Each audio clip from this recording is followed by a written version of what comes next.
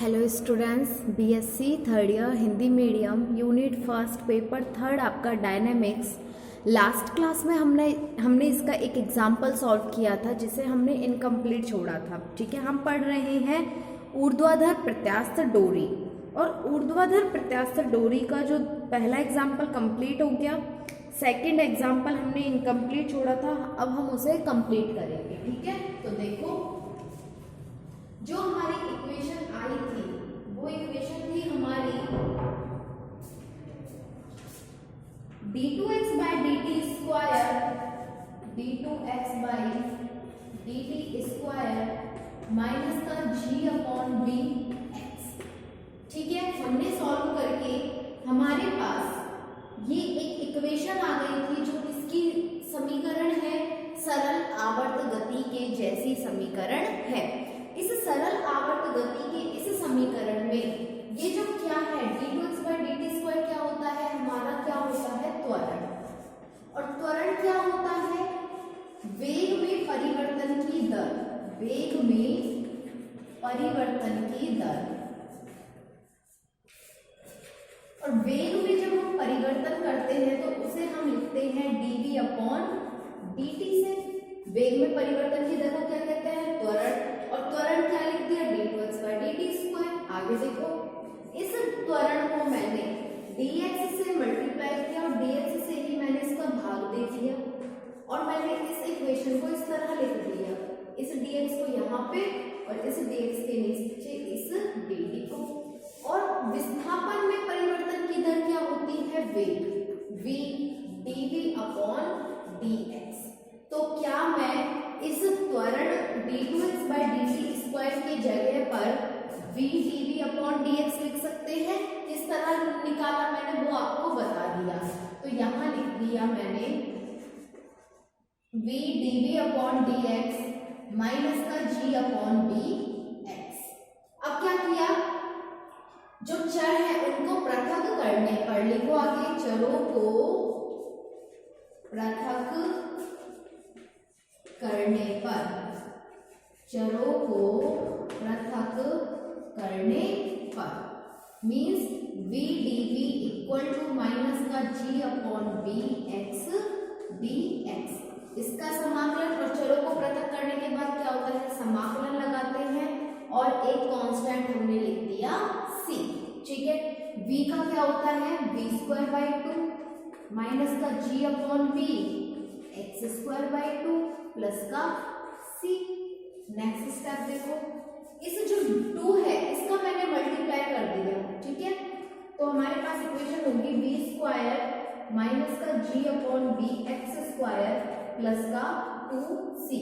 2 भी कांस्टेंट है और c भी कांस्टेंट है, तो हमने करा let k equal to 2c means b square equal to minus का g upon b x square plus का k।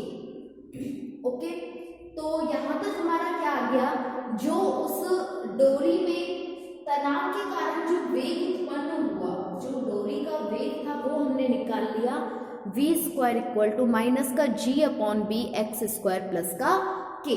अब हम जो बात करेंगे वो ये है कि हम निकाल रहे हैं बिंदु D पर। अब हम कौन सा बिंदु देखेंगे, सबसे पहले बिंदु D पर, बिंदु D पर। और बिंदु D कहाँ था, देखो ये चित्र देखो इसका, ये A, ये B, ये C और ये D। और यहाँ पे पॉइंट P था जिसकी C से दूरी थी x, C से D की दूरी थी c। तो देखो मैं सबसे पहले बात कर रही हूँ इस D पॉइंट पर। जब D पॉइंट पर था तो उसकी कुल दूरी क्या थी, c। लेकिन जब मैंने इस m डैश पिंड को यहाँ से गिरा दिया तो वो ऊपर जाने लगा, तब मैंने उसकी दूरी देखी, तब दूरी क्या थी, x। लेकिन प्रारंभ में बिंदु D पर जो दूरी थी वो कितनी थी, c के बराबर थी। तो बिंदु D पर ये जो x का मान है ये किसके बराबर है, c पर। और बिंदु D पर वो किसमें था, विरामावस्था में था। विरामावस्था में था मतलब जो उसका वेग था वो किसके बराबर था, 0 के बराबर था। जब x इक्वल टू सी और v इक्वल टू हम 0 यहाँ नॉट करेंगे तो हमारे पास किसका मान आ जाएगा, k का। पहले इसको नोट डाउन करो, फिर आगे हम सॉल्व करेंगे। ओके, नोट करो इसे जल्दी से।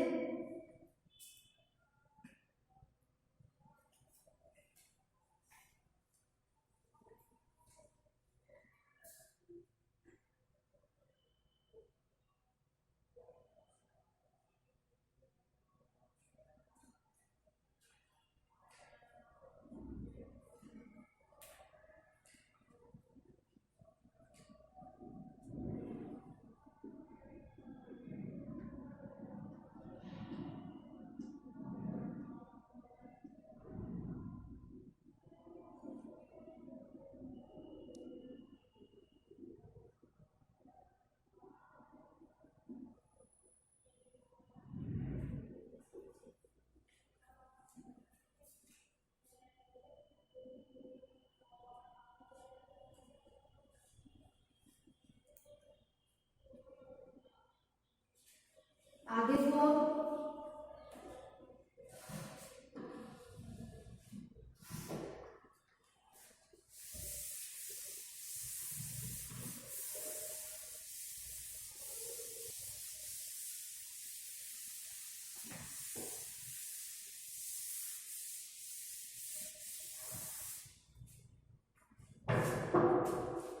v स्क्वायर, v की जगह क्या हो गया 0 इक्वल टू माइनस का g अपॉन b और x की जगह c स्क्वायर प्लस का k। मीन्स जो k की वैल्यू आएगी वो क्या आएगी g upon b c square. ठीक है, क्या आ जाएगी उसकी value g upon b c square. अब इस k का मान इस समीकरण एक हमने दे दी थी, 2 भी हम दे चुके थे, 3 लिख लो इसे। समीकरण 3 में रखने पर k का मान समीकरण 3 में रखने पर तो हमारे पास v स्क्वायर इक्वल टू क्या आ जाएगा माइनस का g upon b x square plus का g upon b c square. It means b square equal to g upon b c square minus का x स्क्वायर। ठीक है, आगे देखो। अब क्या, जो वेग पर स्क्वायर लग रहा है उसको मैंने चेंज किया और चेंज करूंगी तो v आ जाएगा upon b c square minus x square का रूट। ओके, अब v क्या होता है, वेग क्या होता है, वेग होता है विस्थापन में परिवर्तन की दर, विस्थापन में परिवर्तन की दर। और विस्थापन में परिवर्तन की दर क्या होती है dx बाई dt। तो इस वेग को मैं क्या लिख सकती हूँ dx by dt equal to g upon b c square minus x square. ठीक है, अब क्या किया, दोबारा चरों को पृथक करने पर, लिखो चरों को पृथक करने पर, पृथक करने पर। और जब हम चरों को पृथक करेंगे तो देखो क्या हो जाएगा b upon g dx upon c square minus का x square equal to dt। ठीक है, क्या कर दिया हमने, चरों को पृथक कर दिया, x वाला फंक्शन एक साथ और इसका फंक्शन एक साथ। अब क्या करेंगे, चरों को पृथक करने के बाद समाकलन करते हैं और एक नियतांक हमने लिख दिया k वर्ग। ठीक है, आगे देखो। तो रूट b अपॉन g तो रहा ऐसे इज। अब ध्यान देना dx upon c square minus x square, क्या फॉर्मूला है dx upon c square minus का एक्स स्क्वायर। तो इसका फॉर्मूला क्या होगा ये बताओ। साइन इनवर्स का क्या होता है, साइन इनवर्स का फॉर्मूला क्या होता है 1 अपॉन a स्क्वायर माइनस का एक्स स्क्वायर। क्या होता है a स्क्वायर माइनस का एक्स स्क्वायर। ठीक है, तो यहाँ पे c square minus x square का जो फॉर्मूला होगा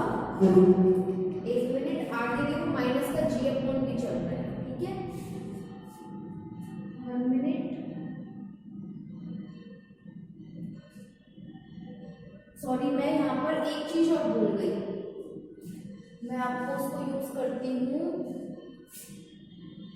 यहाँ बता देती हूँ। चरों को पृथक करने से पहले इस यहाँ लिख लेना, ठीक है। यहाँ पर आपको क्या लिखना है, जो कण की गति है, चित्र देखो एक बार इसका, ए बी सी और डी।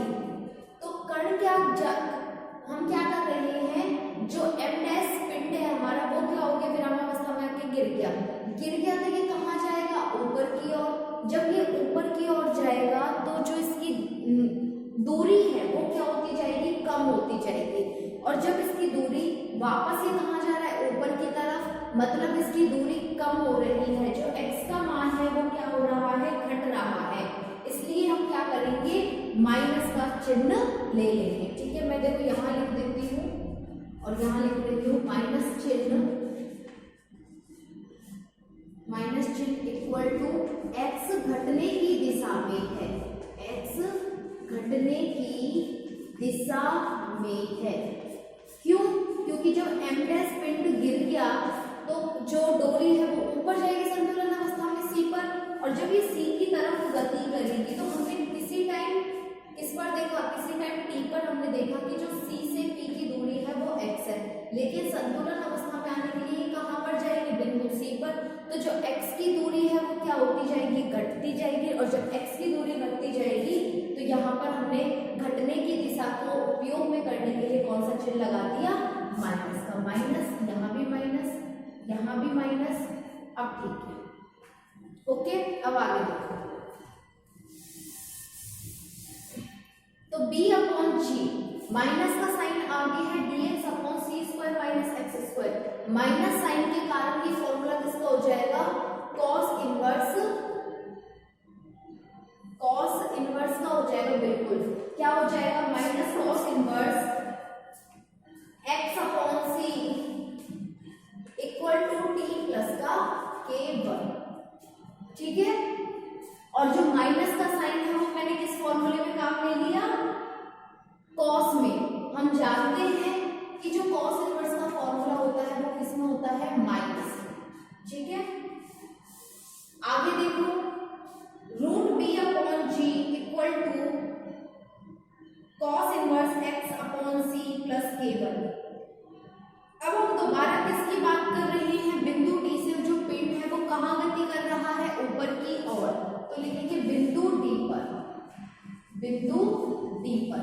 और जब वो कण बिंदु डी पर था तो x की दूरी थी जो तो c के इक्वल थी, और जो टाइम था वो क्या था, 0।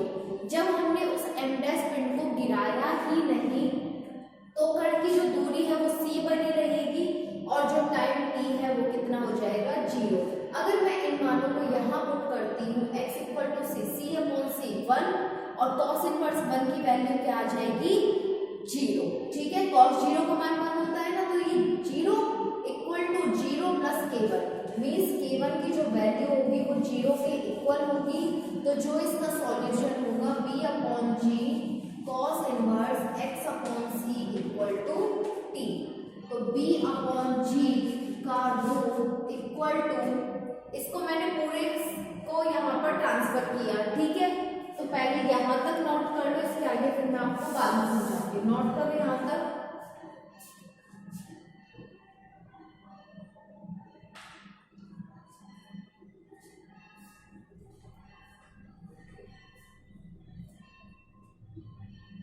माइनस का साइन समझ आ गया मैंने क्यों लगाया है, क्योंकि जब हम x के जगह पर c पुट कर रहे हैं तो वो पूरी दूरी है, लेकिन हमें तो कहाँ जाना है, ऊपर की ओर जा रही हैं। तो जो x का मान है वो घट रहा है, इसलिए माइनस चिन्ह हमने घटने की दिशा को व्यक्त करने के लिए लगाया है, ठीक है।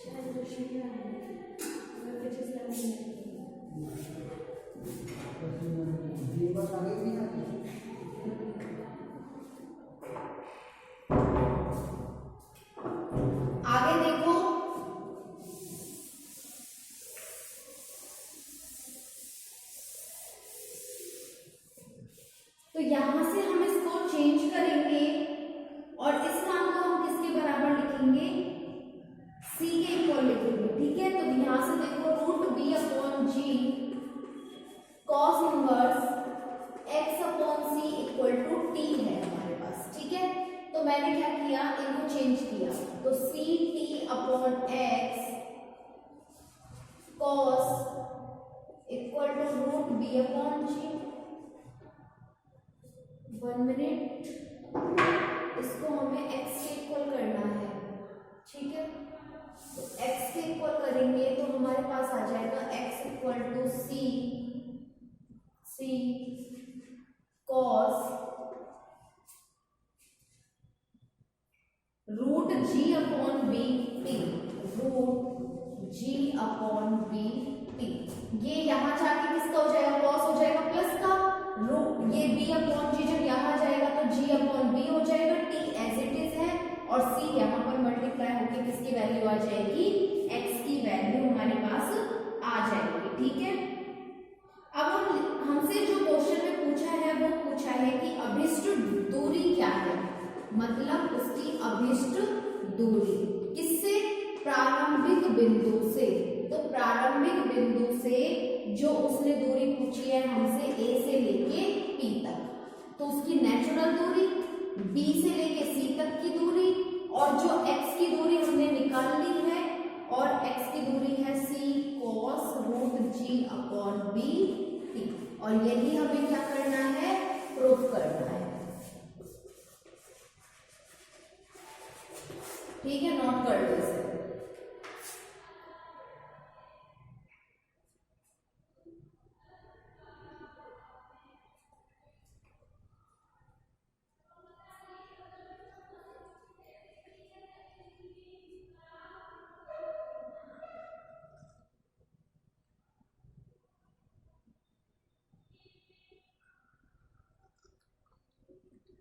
जो दूरी पूछी है वो कहाँ से पूछी है, स्टार्टिंग वाले बिंदु से जिसमें उसकी नेचुरल लेंथ है, m द्रव्यमान के कारण जो दूरी है b वो है, और जो x दूरी p बिंदु तक। ठीक है, और जब p बिंदु तक की दूरी निकालनी है x, तो वो x का मान हमने कैलकुलेट कर लिया। ठीक है ना। नेक्स्ट एग्जांपल,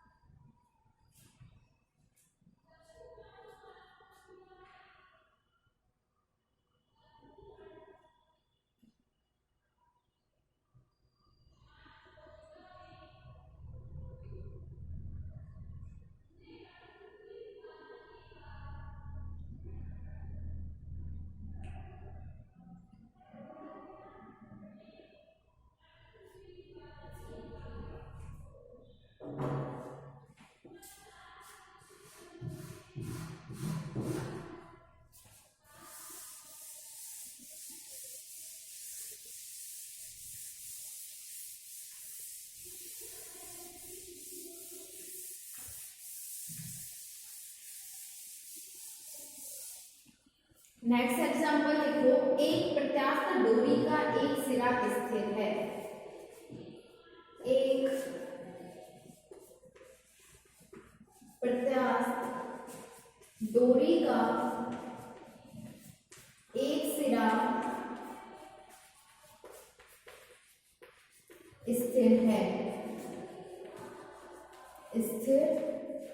है, और इसके दूसरे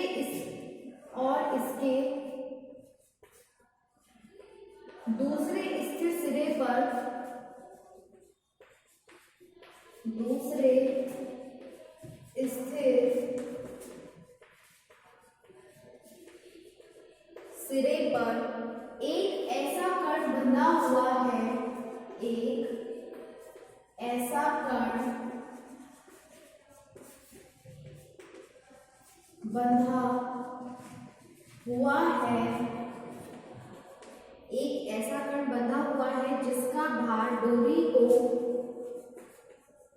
जिसका भार डोरी को उसकी दोगुनी लंबाई तक बढ़ा देता है, उसकी 2 गुनी लंबाई तक बढ़ा देता है, बढ़ा देता है।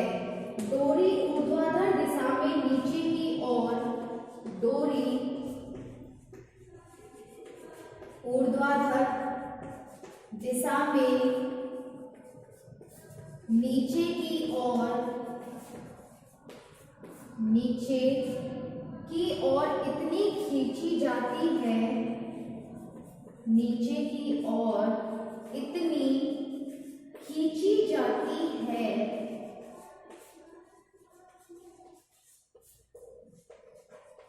इतनी खींची जाती है कि वह अपनी स्वाभाविक लंबाई A की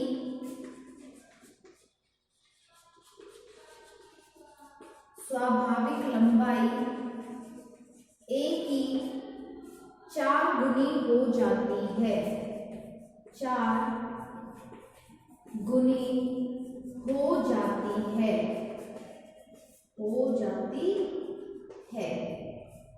और फिर उसे छोड़ दिया जाता है, और फिर उसे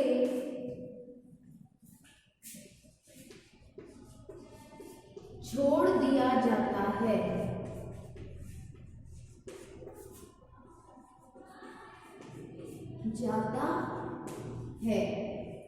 सिद्ध कीजिए कि कण उस बिंदु पर,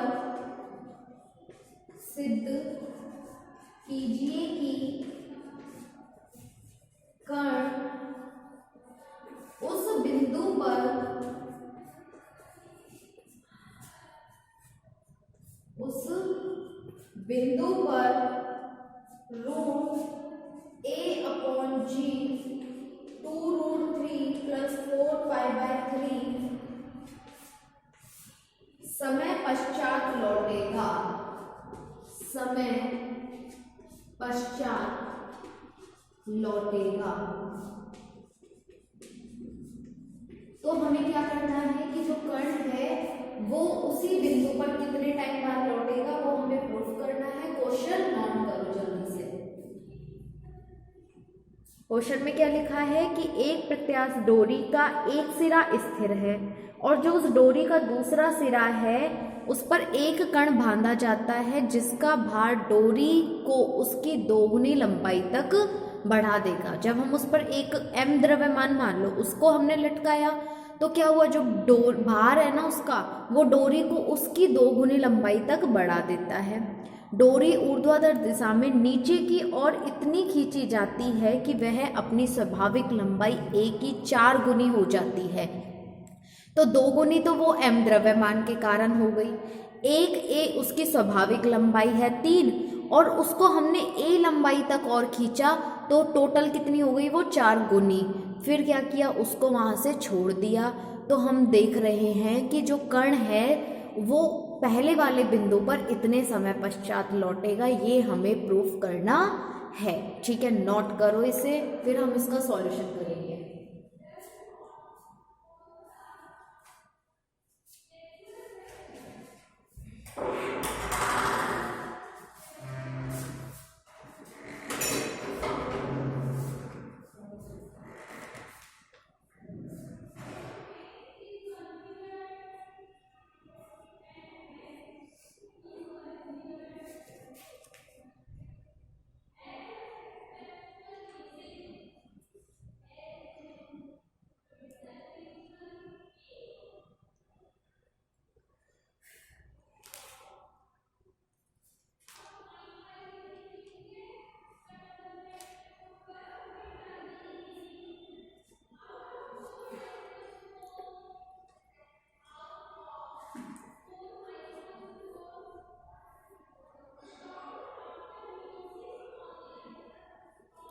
ठीक है, तो अब हम इसका सबसे पहले चित्र बनाते हैं। तो चित्र देखो इसका,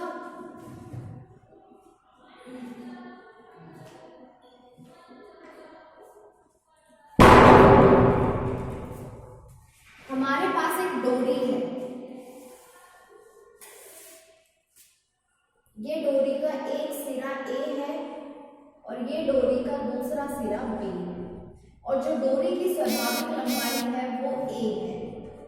ठीक है, अब उसने क्या बोला है कि इसके दूसरे स्थिर सिरे पर एक ऐसा कण बंधा हुआ है जिसका भार डोरी को उसकी दोगुनी लंबाई तक बढ़ा देता है। मतलब हमने यहाँ पर एक m द्रव्यमान का कण बांधा और ये कहाँ आ गया, खींचने के कारण बिंदुओं पर आ गया और उसकी जो टोटल लंबाई हो गई, क्या कह रहा है, उसकी दोगुनी लंबाई तक बढ़ा देता है। अगर मैं इसको B से O तक A लंबाई तक बढ़ा दूं तो इसकी A बिंदु से टोटल लंबाई कितनी हो गई, 2A। आगे देखो, डोरी ऊर्ध्वाधर दिशा में नीचे की ओर इतनी खींची जाती है कि वह अपनी स्वाभाविक लंबाई A की कितना गुना हो जाए, 4 गुना। तो इस O पॉइंट से मैंने इसको यहाँ तक खींचा, D पॉइंट तक, ठीक है, और इसकी लंबाई कितनी होनी चाहिए, 2A। क्यों, तभी तो इसकी लंबाई कितनी हो गई, A 2A और एक 4A। तो इसकी टोटल लंबाई कितनी हो गई, 4A। ठीक है, तो ये आपका चित्र है। जब मैं इसको D पॉइंट पर खींचकर छोड़ती हूँ तो ये कहाँ क्या करेगा, ऊपर की ओर जाएगा, ऊपर की ओर जाएगा। तो हमने D समय पर देखा कि जो O से P की दूरी है वो क्या है, x। ठीक है, नोट करो इस चित्र को, फिर हम इसके बारे में लिखेंगे। ठीक है,